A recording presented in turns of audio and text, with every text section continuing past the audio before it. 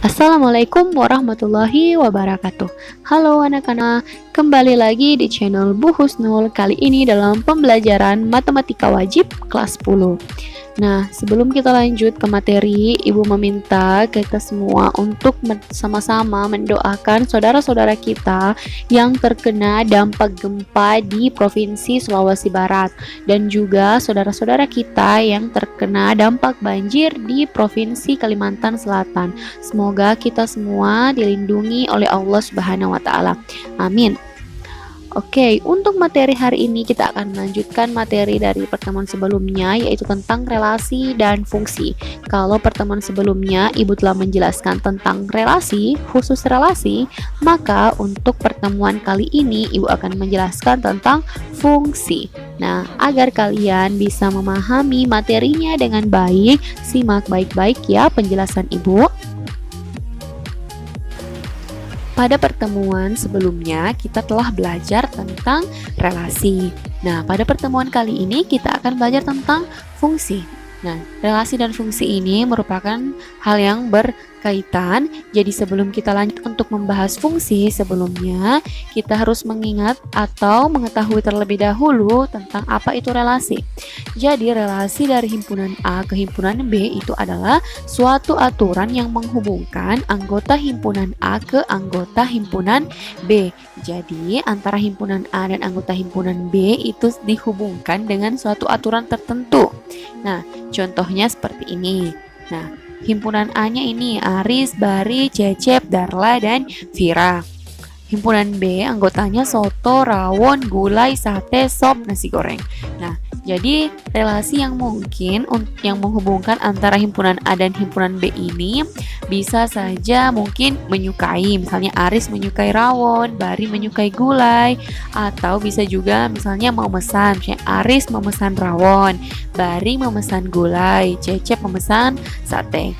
Nah, kalian perhatikan di sini di himpunan A, lihat Aris memesan 1, Bari juga memesan 1, Cecep memesan 1, Darla memesan 1, Vira dan memesan 1, ya, 1 menu. Nah dari relasi ini kita dapatkan anggota himpunan A yaitu Aris, Bari, Cecep, Darla, dan Vira semuanya memesan makanan dan tidak ada yang memesan lebih dari 1, ya kan? Antara semua yang ada di himpunan A ini hanya memesan 1 makanan, ya, tidak ada yang memesan lebih dari 1. Nah, secara matematika dikatakan bahwa setiap anggota himpunan A dipasangkan dengan anggota himpunan B dan pemasangannya adalah tepat 1. Nah, relasi seperti ini disebutlah sebagai fungsi atau pemetaan. Nah, jadi jika di anggota himpunan A dia tepat mempunyai 1 pasangan di himpunan B, itu disebut sebagai fungsi atau pemetaan.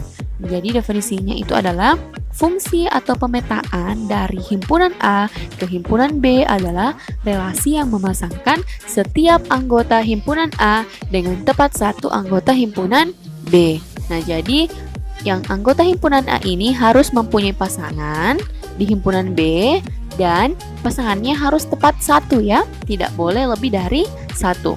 Jadi kalau misalnya agar kalian bisa lebih mudah, anggota himpunan A ini harus setia. Dia tidak boleh jomblo, tidak boleh juga selingkuh, ya. Jadi dia tidak boleh jomblo artinya tidak boleh ada yang kosong di himpunan A. Tidak boleh selingkuh artinya anggota himpunan A ini hanya boleh memiliki tepat 1 pasangan di himpunan B. Oke, anak-anakku semua bisa dipahami tentang fungsi? Nah, ini kan hanya flashback saja ya materinya. Ini telah dipelajari di SMP sebenarnya. Nah, sekarang contoh. Manakah di antara relasi berikut yang merupakan fungsi? Nah, jadi fungsi itu juga merupakan relasi, ya. Tapi jika dia memasangkan tepat 1 anggota himpunan A ke anggota himpunan B, itu disebut sebagai fungsi. Nah ini adalah relasi. Tapi pertanyaannya, apakah relasi ini merupakan fungsi? Nah, kalian yang harus kalian perhatikan himpunan di sini yang domain atau daerah asal. Bisa kalian lihat di sini A mempunyai pasangan 1 di himpunan Q, yaitu 1. Himpunan B mempunyai 2 pasangan ternyata. Ada 1 dan 2. Nah, jadi bisa disimpulkan bahwa relasi ini bukan merupakan fungsi. Karena ada anggota himpunan P, yaitu B, yang dipasangkan lebih dari 1 dengan anggota himpunan Q. Nah, lebih dari 1 ya, karena B-nya di sini berpasangan juga dengan 1, B-nya berpasangan dengan 2. Nah, seperti yang Ibu bilang tadi, untuk syarat fungsi itu dia tidak boleh selingkuh ya, hanya boleh mempunyai pasangan tepat 1. Oke, untuk relasi yang kedua. Nah, kalian lihat di sini, perhatikan daerah asal atau domain ya. Di sini domainnya ABC. Nah, A berpasangan tepat 1, yaitu di sini pasangannya 1. B pasangannya juga ada 1, yaitu 2. Tapi C tidak punya pasangan. Nah, untuk syarat fungsi, daerah asal juga tidak boleh jomblo atau tidak boleh kosong. Jadi, bisa disimpulkan bahwa relasi ini itu bukan fungsi.